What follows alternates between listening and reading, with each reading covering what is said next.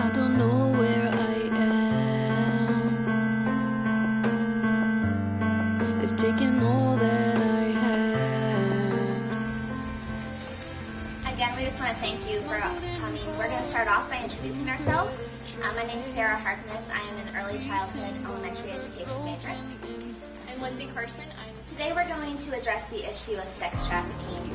This is something that we've all become increasingly passionate about over the past semester, and it's our hope that what we share with you today, as well as just our work over the past few months, will inspire you to take action as well. We believe that sex trafficking is a violent act which requires a Christian response in which churches and individuals take extended action. From the earliest recorded times, women, men, and children have been sold against their will into forced labor and prostitution. This practice continues today in almost every nation around the world, including the United States. 1.2 million children are being trafficked every year. Every 2 minutes, a child is being prepared for sexual exploitation. The average victim is forced to have sex up to 40 times per day. And the average age of that trafficked victim is between 12 and 14 years old. I would like to tell you about the problem of sex trafficking in the United States, and I'd like to share this with you because many people are not aware that this actually occurs in our own country, and I myself wasn't really fully aware of this until this project. There are two sides to the issue of trafficking in the United States. There are international victims that are being brought in here from other countries, and there are also American victims here as well.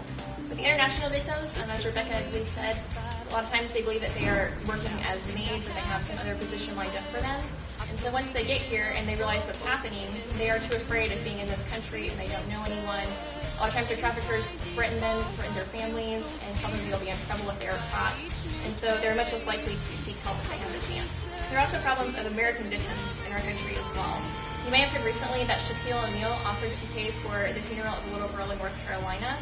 What happened was her mother allegedly sold her 5-year-old daughter as a sex slave, and the daughter was reported missing, and they found her body about a week later.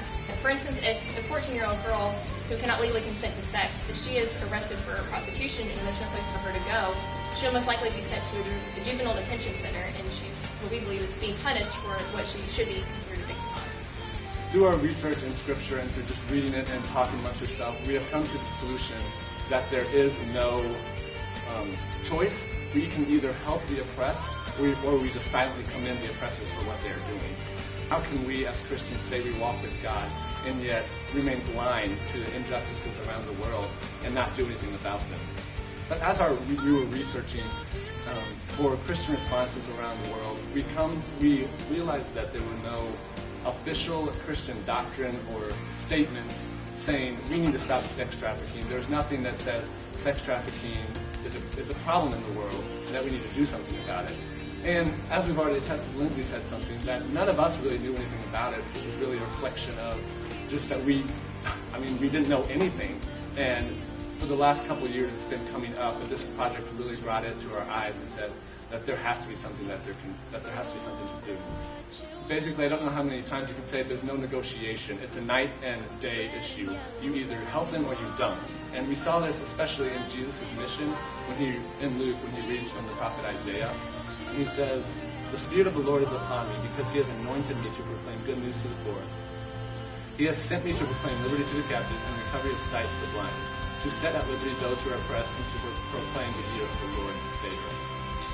If this is Jesus' mission while he was here on earth, if we say we are followers of Christ, we have no right to say that mission was only Jesus, and we have no right to say that we cannot partake in it, and that it is our calling to set at liberty those who are oppressed.